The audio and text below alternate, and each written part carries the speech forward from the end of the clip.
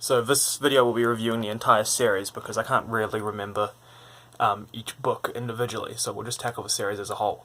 So, well, I can remember one book individually, as we'll talk about in a sec. So, one thing that's important to remember about this series is do not judge it on the first book. The first book is kind of bad. Like, it's not terrible, it's not like heinous and you'll never come back, but it's kind of bad. It's very young adultish. There's a couple of love interests which aren't super well developed in the first book. Like, you don't really relate to the love interest too much, and there's a lot of like it's sort of Hunger Games-ish. You know, they're like having a competition there. There's like an evil regime which is forcing them to compete against each other, and it's not great. It's quite derivative, and it's quite it doesn't really stick with you. You know, you're like, this is take it or leave it, right? You won't regret having read it necessarily, but yeah, it won't sit with you. But then you come to the second book, and the second book immediately starts out stronger. You have some good action, like proper action at the start of the second book, rather than kind of the forced action in the first book. And the second book starts out really strong, and you start to think to yourself, maybe the series is more than I gave it credit for. And then you get to books 3 and 4 and 5, or books 3 and 4 more specifically, which are amazing. Like they're truly like really good. I would call them sort of like 9 out of 10 level.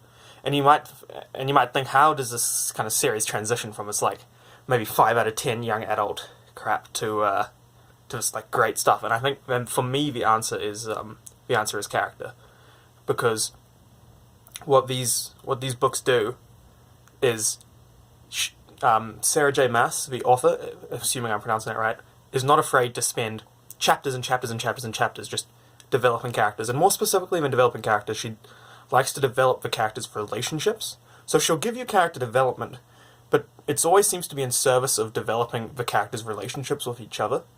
So for me, the best example of this is the relationship between Aelin,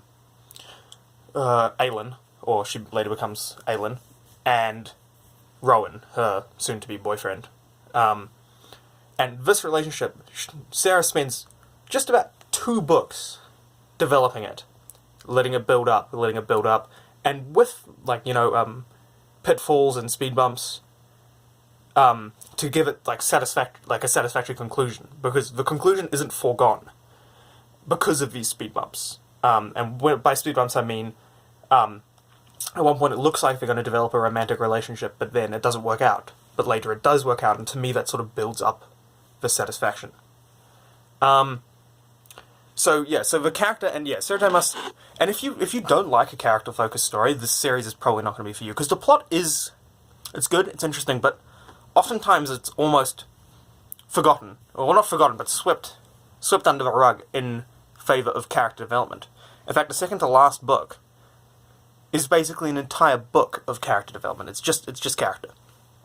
You know, there's a little bit of a plot elements that come in as part of the development of a character, but it's basically just character. So, one of the characters is crippled, and the whole book is just about him and his soon-to-be girlfriend soon-to-be wife, engaging in the character development necessary to heal him. And that's basically the whole book. And you might think to yourself, well, you know, why would I want to read a whole book of just character development and very little plot?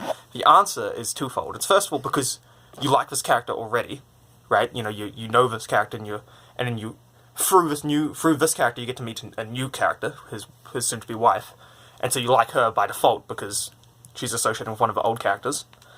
That, and also just Sarah J. Maas is brilliant at it. Like, I would happily just read book after book of her just developing characters. I don't even need a plot, honestly.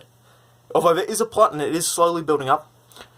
So yeah, let's talk about the plot. The plot in the first book, I don't think she actually knew what she wanted her plot to be in the first book. So the first book doesn't really get too much into the overall plot elements. But it starts to come in more and more later on. And by the time you're getting into the later books, it's mainly plot, with the exception of that second to last book I was just talking about. And the resolution to the plot it's decent. It's okay. It's not stellar. It's not spectacular. You're not like... So basically the plot seems to get resolved sort of... For me at least, it was a little bit unsatisfying. So basically there's this group of magic users called healers, who unsurprisingly heal, and they can heal the main villains are demons, and so they can heal the demons out of the bad people, right? And so the idea being that you just heal the demon out of a big demon guy, and then he dies, and then, war's over. And so there's a couple of issues I had with this where, first of all, it falls into the trope of, kill the big dude, everybody else dies, Game of Thrones TV style, Star Wars Episode 1 style. So it falls into that trope a little bit.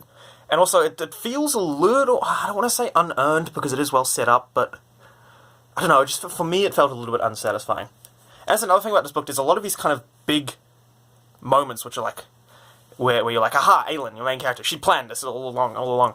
And you're like, yeah, but I didn't get to engage in her planning process, I didn't get to see it, so for me it just feels, even though it's not Ex Machina, because it has been planned and she's, all the stuff was put in place, it feels sort of Ex Machina to me, at least. But you might be wondering then, well, why does it seem you like this series so much if, the plot wasn't that satisfying? And once again, the answer is character. I basically just love the character so much, but even though the plot resolution was sort of unsatisfying, the character resolutions were fantastic, and I loved all the characters. And so, honestly, just to see how they react to the stuff that happens in the plot was mainly why I was reading it, rather than, oh, I want to see where this plot goes. It was more like, I want to see what happens to the characters once the plot happens, And so, even though the resolution wasn't amazing, I got to see how the characters responded to the resolution, and to me, that was really good. So overall, I'd give the series probably, like, an overall mark of 8 out of 10, 7.5, 8 out of 10. But character work, 10 out of 10. Honestly, it's brilliant. But yeah, the plot sort of lets it down a little bit, in my opinion. Anyway, thanks for watching.